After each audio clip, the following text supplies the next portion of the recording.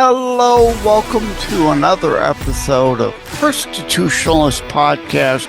I am your host, Joseph M. Leonard. That's L-E-N-A-R-D. It looks French. It's not. It's Leonard without an O. Thank you for tuning in. As Graham Norton used to say on his show, let's get on with the show! Warning. This episode contains some audio and or video glitches.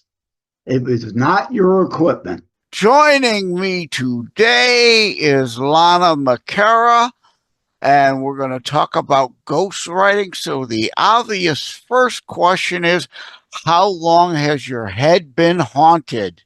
Bum. Good night, folks. That's it. That's the only reason I brought her on was to tell that lame joke. But seriously, welcome to the show, Lana. Thank you so much, Joseph. It's a pleasure to be with you. Yeah, as an author myself, I have often thought about ghostwriting. We'll get into some other questions I'll set up later. But first, where were you born and raised, and where are you now? Significant places you've been between, that sort of thing. Okay, yes. I was born in Delaware, and Are you Delaware? I'm Della stupid. I'm Del unaware. Anyway, my OCD brain just did the stupid jokes. I gotta go there. Go ahead. yes, I lived in Delaware until I went to college, and then I got married, and I lived in the Caribbean on the island of Grenada for 14 years. Oh, were you there for the invasion? We were there just after. Came in just after. Yeah. Interesting. Yeah. So that was an interesting place you'd been to between then and where are you now? Yes, well, I'm in Florida, northern Florida, up near Jacksonville. Oh, yeah. I used to work for Kmart headquarters. We had a warehouse in Ocala. I would go down there to help with the computers on the. I love those little lizards running around. I just love those. I hate the stupid palmetto bugs further south, but love them little lizards in northern Florida. Yeah, yeah. I actually live 2 hours north of Ocala. Yeah, I've been through there when I was in Ocala. So, but yeah, ghostwriting. I've often thought I'll start with me. I've often thought of some stories, and I've literally got them outlined, but yet I don't feel quite able to write them, and that's where a ghostwriter would come in. Yes. Yes, exactly. Yes. And how long have you been doing this? I started in 2012. I went full-time in 2015. So I've been full-time as a ghostwriter for 11 years now.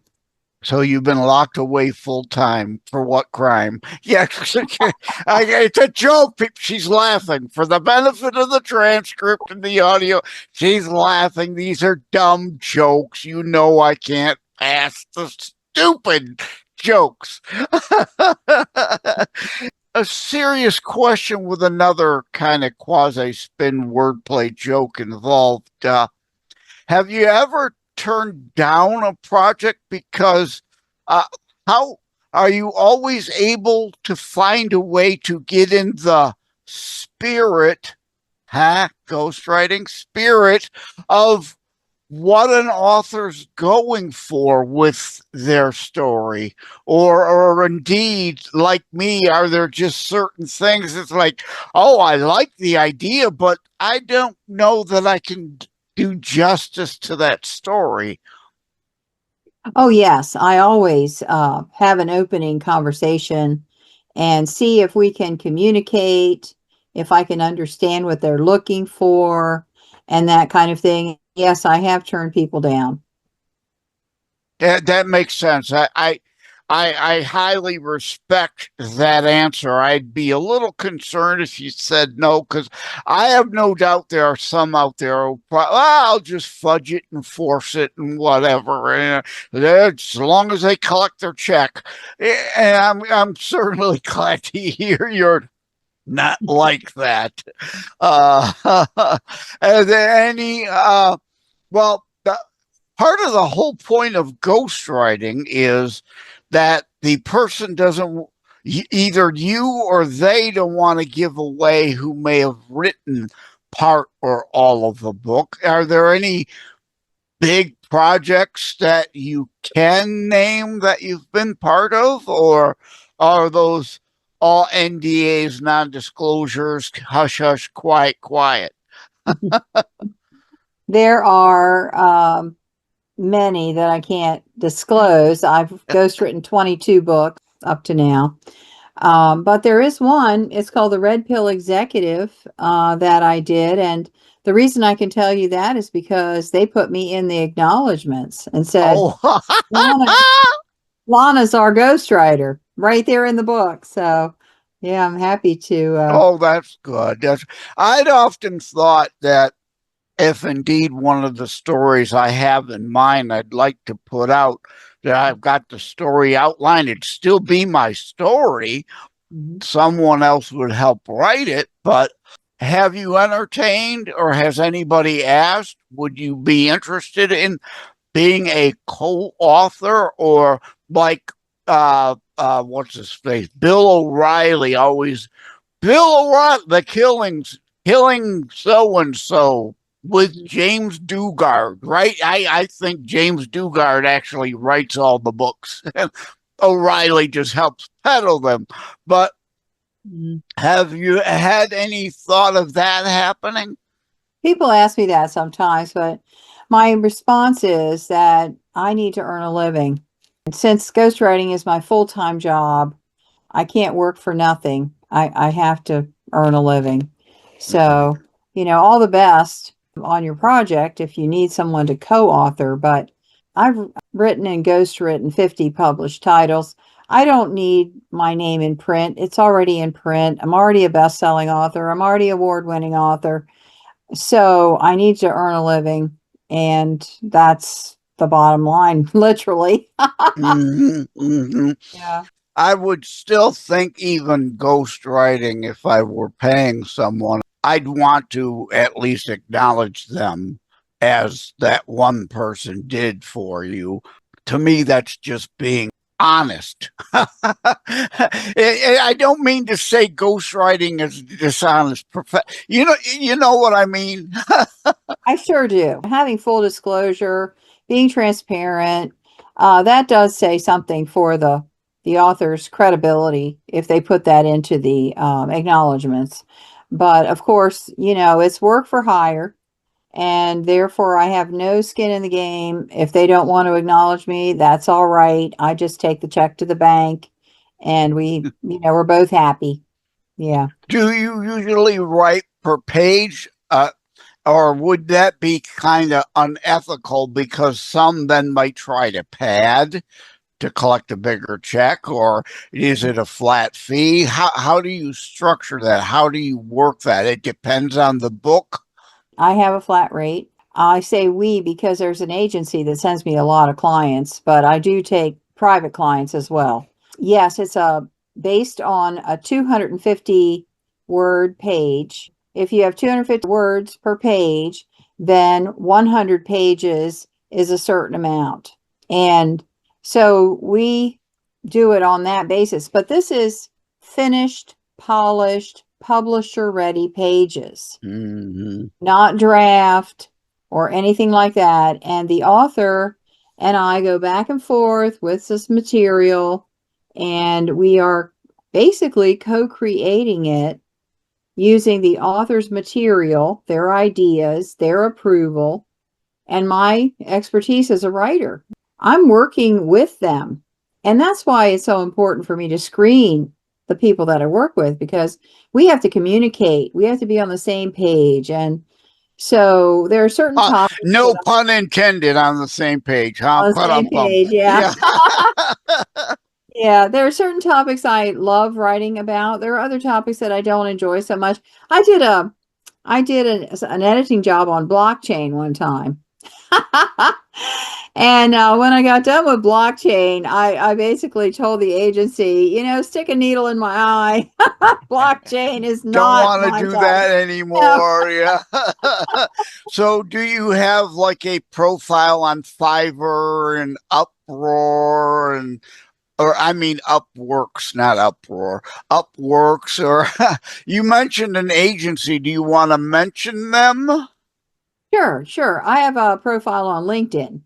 Oh, okay. Yeah, Yeah. that makes sense. Yeah, I mean, most people do. I, it, if I were looking for a ghost off, or my first thought would be Upworks or Fiverr. But Yeah. then again, there's a whole lot of foreign people on that, and that can be well and good, that can be fine, but the issue is, like I go into in my how to write a book and get it published, hints, tips, Mhm. and techniques for people thinking about writing their own book, Mhm. take them from concept to screen to scene editing and character development and publication options and Yeah. what to do after you've published, because you're not done. You got to do stuff like this. You got to promote Sure. and things, what to expect out of reviews and that. But I go into there. If you're writing a US based story, Mhm. you want someone whose primary language is English. Absolutely. Wow, is that ever important?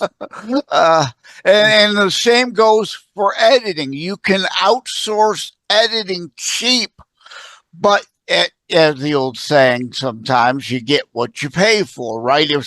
If English is really their third language, how versed in AP, Chicago, and Oxford style guides are they really? That is so true. I would never work with someone who is not a native English speaker in in that case, for sure. Yes. Are you working on a project now? I am working on two deep editing jobs Oh, right okay. now. I'm also an editor. I bring books up to commercial publication standards. And I also am a book coach. So right now I don't have a ghostwriting client per se, but I am working on several manuscripts in other ways. Uh-huh. Uh-huh. What are your thoughts on the invasion of AI into the space? Wow, that's a loaded question, Joseph. Yeah, the good, the bad, and the ugly. Right there's. I'm a former IT guy, so I've seen the AI coming from miles away. There's good, there's bad, there's ugly, and I'm sure you can think of all three also. Oh yeah, absolutely. And in this world where we are in 2026 today, AI is not capable at this point of producing a really great book. AI is better used to find information, condense down material, outlines, and things like that, rather than Yeah, there are literally. things it's good at and Yeah, things at, but what worries me is like all the kids using it for thesis papers, and yeah, they're turning them in and they don't know what's in them because they're not even bothering to read what's in their supposed work they're turning in. yeah. It's really sad. The Mhm. lazy factor. Right. Yes, that's my concern is young people not learning the basics that they need to know and so heavily relying on technology rather than learning using their own mind. Yeah. I forgot. I had a question come in my mind, and now I remember. I think I've had on. I think it was Allison McBean out of Canada. I could be getting it wrong in my head, but I've had an author on that did an experiment where she did a writing challenge. She challenged herself to write a story about whatever from scratch in a month, and what AI would come up with. And she did that for several books in a row so that you could tell, well, AI is good at mimicking some things of humanity and other things it just can't grasp. And there's holes in those stories because of it. It lacks that real human element. Yes. Yes, yes. And my daughter loves ebooks off of Amazon. And she tells me that sometimes she'll buy an ebook off of Amazon and immediately say, AI wrote this. This is not a human being and it's no good. It's trash. Not worth reading.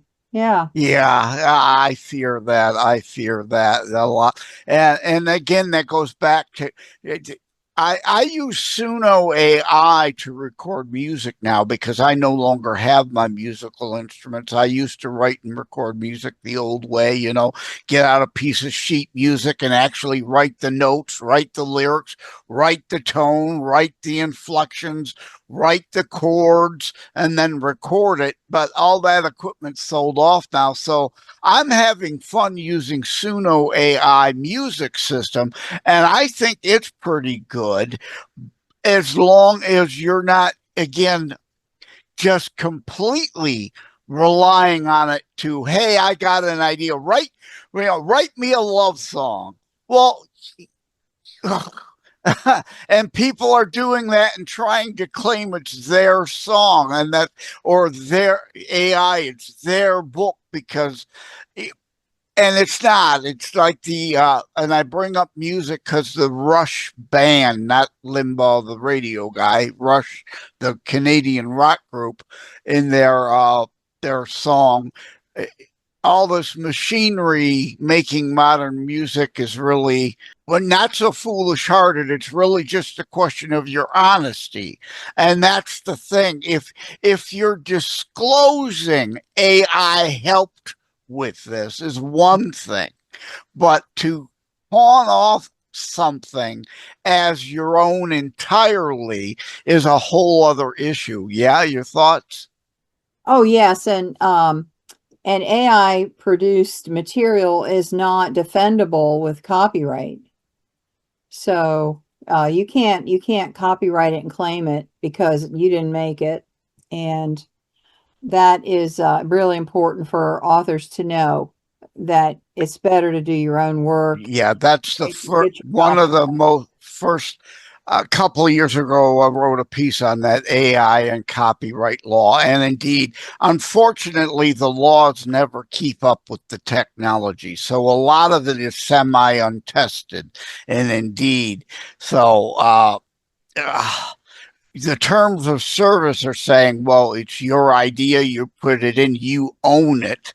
But again, you're on the hook though. If AI model, like for instance, quotes something out of my book without proper accreditation, and Mhm. you put it in your book and it's clearly lifted from my book or lifted from one of your books, guess who's on the hook for the copyright violation? Not the AI company.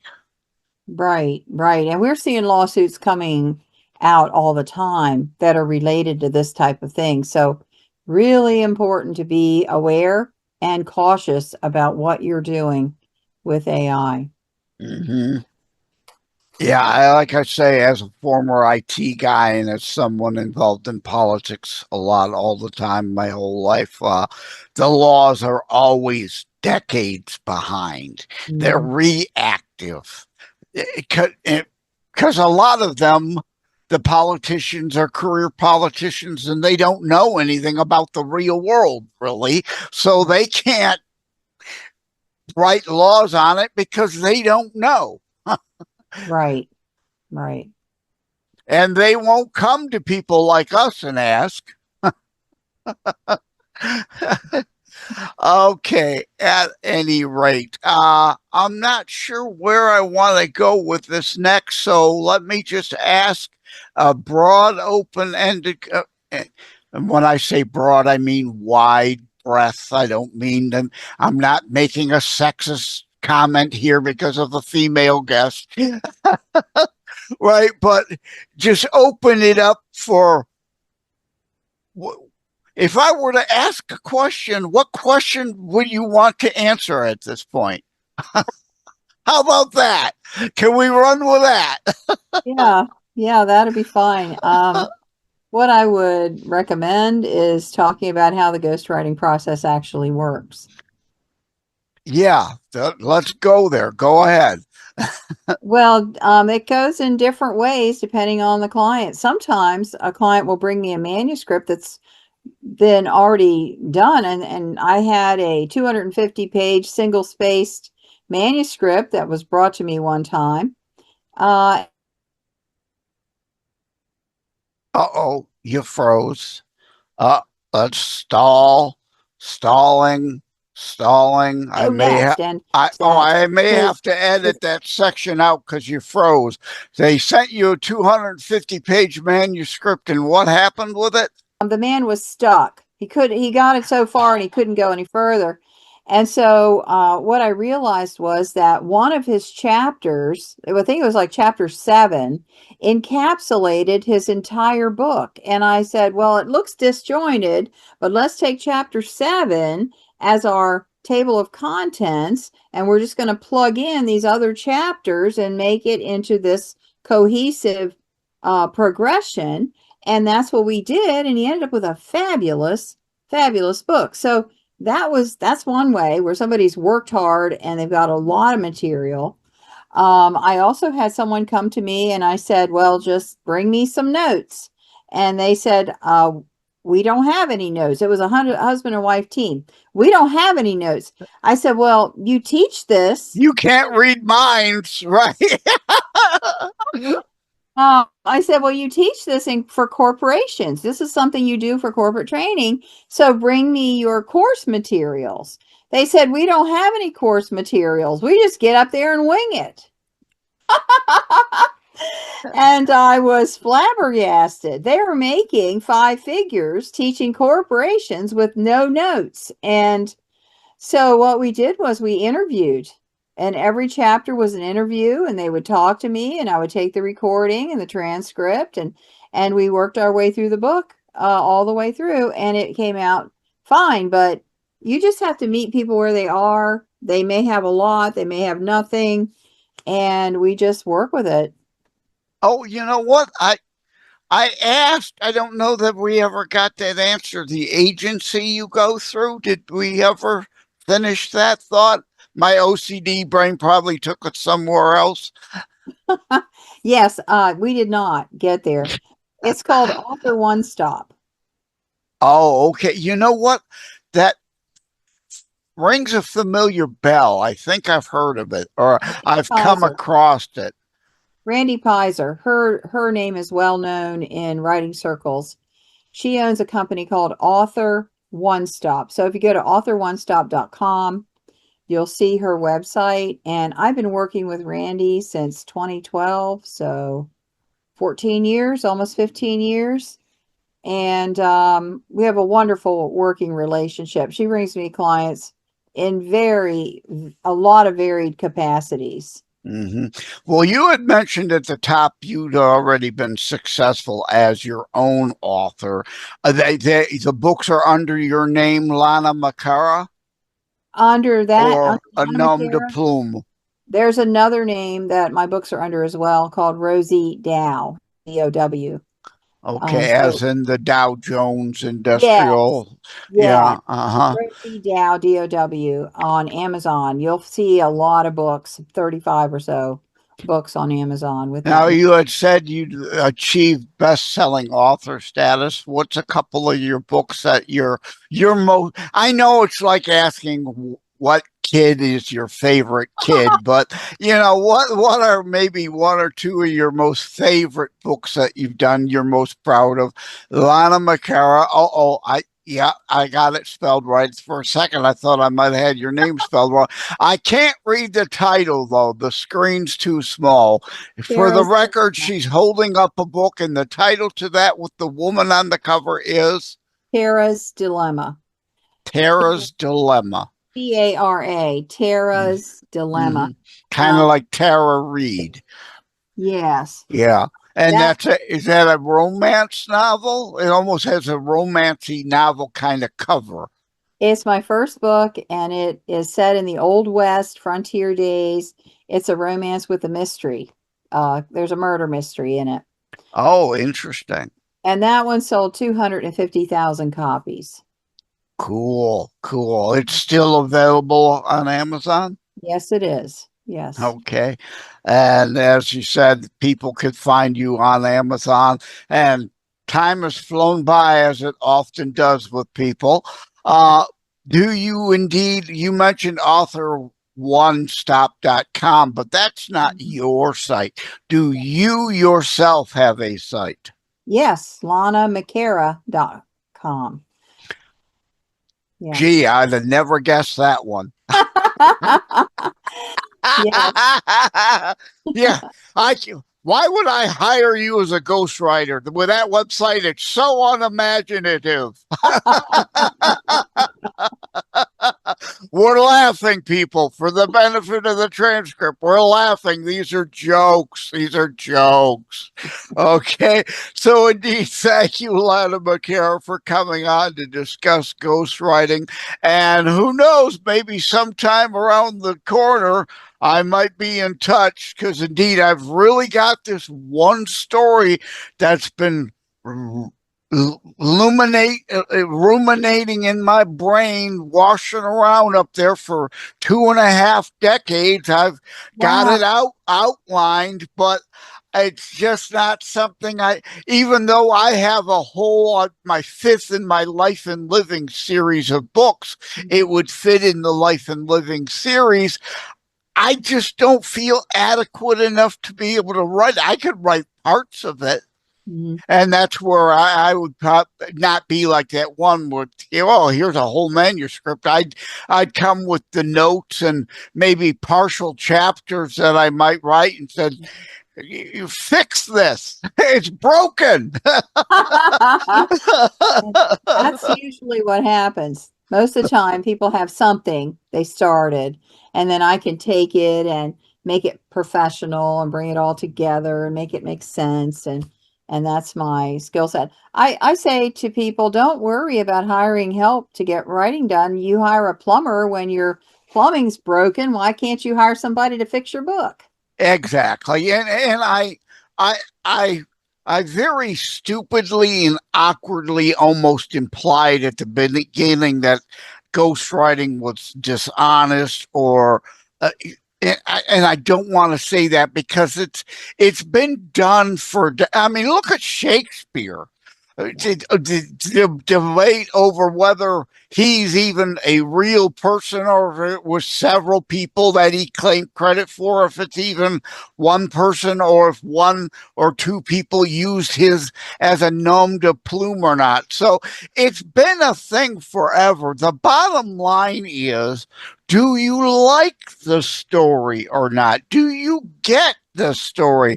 Like in my How to Write a Book, I go into in reviews, nothing upsets me more than someone saying, well, they didn't like the way this flowed or that floated. Don't be a grammar Nazi. Did you understand the damn story? Do you get the story? And I've got a whole show, I Am Not Shakespeare.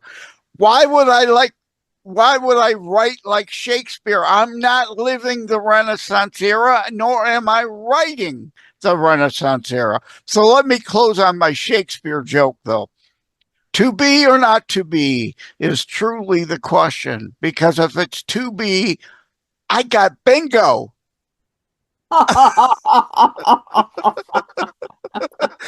For the record, she's laughing. It's a kind of a cringe laugh, as is appropriate for that joke. But that's a Joe original joke. It's even in my Terror Strikes book because, even a book on terrorism, I got a comic relief chapter because things are so serious. I'll ask one more question. The importance of humor. Do you find a way to work some humor into everything you do? Because things indeed are so serious. We need to lighten up some of these prudes. Oh, absolutely. Absolutely. I'm always on the alert for a way to bring a smile, an irony, or something to lighten it up. We can't be too heavy. Life is too short. Amen. I hear you on that. Absolutely. There's so much serious stuff going on in the world.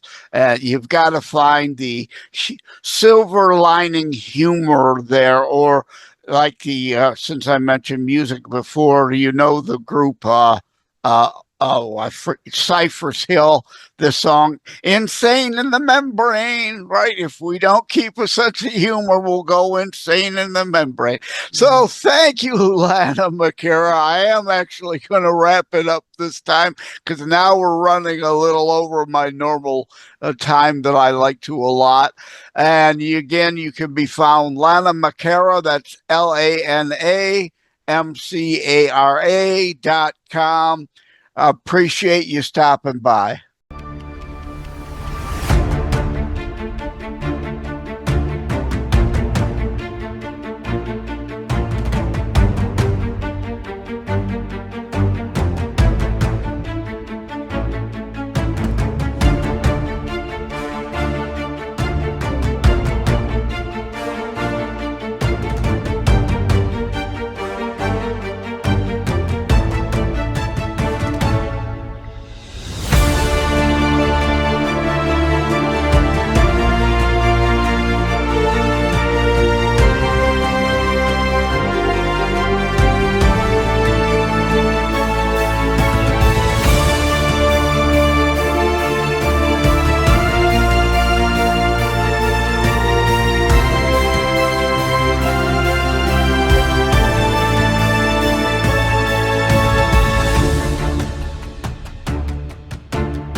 Their Adventures of Detective Idol.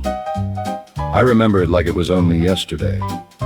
There I was reading the latest Dick Tracy magazine when she came in. It was the case of the eyes without a face. She was gorgeous, a blonde with big baby blue eyes. She had me hypnotized. And I knew I was going to break the golden rule: don't get involved emotionally with a client or you'll get burned. Anyway, she saw her husband get snuffed. The police were getting nowhere. The only thing she could remember about her husband's killer was his mysterious eyes. Eyes without a face. Interesting concept. She produced a sealed envelope taken from her husband's safe, captivated by her. I never stopped to think why the police didn't have it or why the envelope was still sealed and short. The letter inside told me that someone was after him, and he hid whatever it was they were after him for. But nothing about who they were or what it was they were after him for. About a month passed following her husband's trail of broken clues, and I had fallen deeply in love with this seemingly ungrieved widow. A plus for me if I was to win her heart. I was just about out of hope when she called. I was close, I could feel it. But something wasn't right. I was stumped. I went over. And they were waiting for me. 3 goons as big as mountains. When I came to, she was standing over me. I realized that I'd been teased and deceived. I felt sad and mad for loving what was her, but I was so taken in by her that I failed to realize that she was the one who killed her husband over a drug deal. I studied the room as she thanked me for leading them to the missing coke. There was only 1 goon with her. I took a page out of Tracy's book and gambled. I quickly knocked the gun from her hand, pulled the hidden derringer from my boot, shot the goon coming at me. She went for her gun. I yelled, "Don't." She did. I fired. The police rounded up the rest of the gang within the day. It's been a year now. But even so, All can do is love what I thought was her. Interesting how, even now, her eyes still haunt me. Her eyes! Eyes without a face. Interesting concept.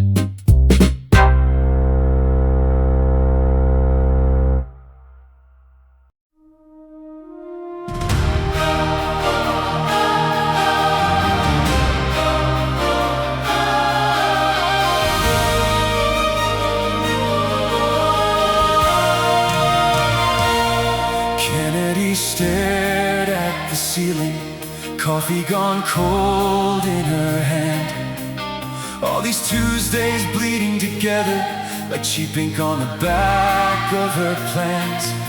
She said, I thought there'd be thunder, some sign when my moment began. But the mail still comes and the dish is still dry, and the clock just ticks where it stands.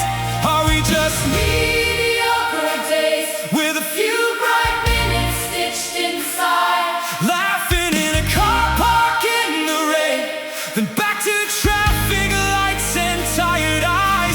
If every breath is meant to mean more than a box to tick, a line to sign, teach me how to see the sacred in the middle of an ordinary life.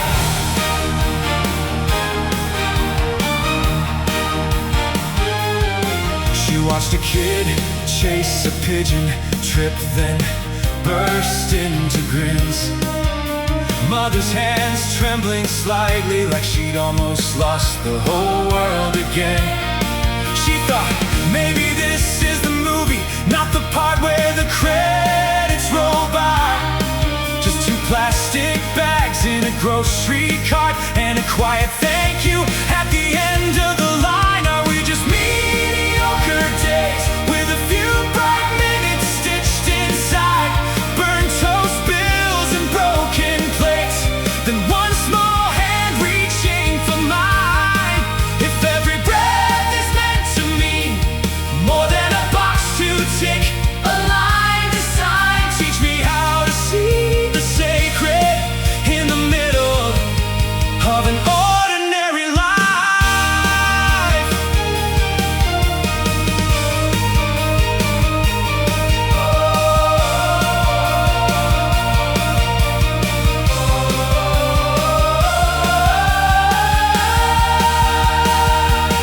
Maybe the point was the waiting, the slow burn, the stop and go ride, the jokes that fall flat, the nights coming back just to sit on the edge of the sky. Are we just mediocre days with a few bright minutes stitched inside? Or are the cracks in everything where that quiet, holy light arrives? If every breath is meant to mean more than a box to tick, a line to sign, then every small, forgettable moment was the story the whole time.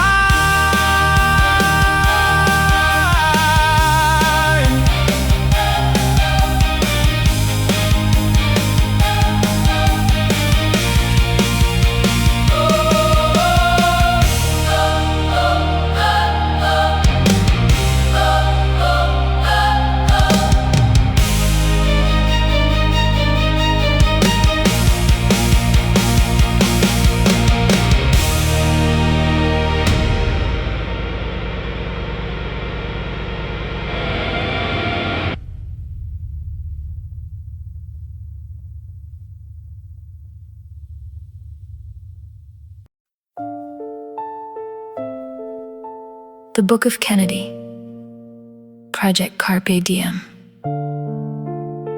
Back of the book says it all. Kennedy realized that indeed all life had value and meaning, but indeed, as Stu's Life movie also tried to make clear, was life just indeed a collection of mediocre days with some random happy times? Was life irreparable and tainted with misspent youth, bad reputation children might have had, or redeemable with age and wisdom acquired? What then was the sum of that life? If, like the Egyptians believed it, time of weighing by Osiris and Anubis could be lighter than a feather. In order to pass into the afterlife, or too tainted and weighed down by those earlier transgressions.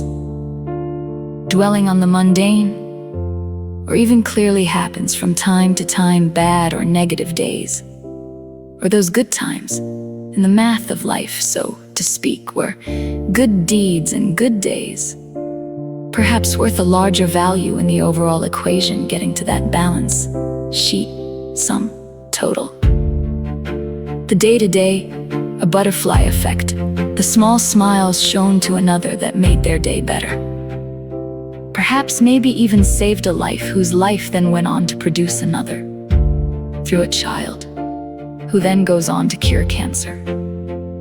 What role then did that small, seemingly insignificant smile, on that day, likely long forgotten by all parties involved in the smile transactions, as it seemed at the time, play in that role of another one day curing cancer? How many points might that tender toward afterlife admittance? And what score does one have to achieve? Note from the author. I want to state as a warning, this book contains not one line of dialogue. I feel it important to say that, because a reviewer of my Terror Strikes, Coming Soon to a City Near You novel once wrote that she didn't think there was enough dialogue in it. Well, in all interviews I'd ever given regarding that book, I never promised it to be a dialogue-laden book. In fact, that while having some dialogue, it is heavy narrative style, as this book is entirely narration style, versus Plato's dialogues, Philip Roth's Deception, Steinbeck's The Grapes of Wrath, which known for extensive use of dialogue courtesy of asking Google for that answer.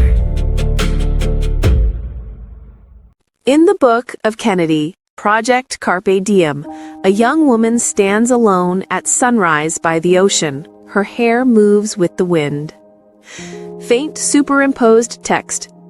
Was life just a collection of mediocre days with a few random happy times? Flashbacks. A girl laughing as a child, then crying as a teenager, pondering about her future. Lighting shifts from golden to shadowed. Slow motion. She walks through crowds, offering a soft smile to a stranger. In the Book of Kennedy, Project Carpe Diem, available now on Amazon in ebook, paperback, and hardcover editions. Like and subscribe to Constitutionalist Politics Podcast and share episodes. We need your help. Thank you for having tuned into another Constitutionalist Podcast show. I really appreciate that you stopped by. Again, please like, share, subscribe. We need you to help spread the Constitutionalist movement. Thank you again. Take care. God bless. Love you all.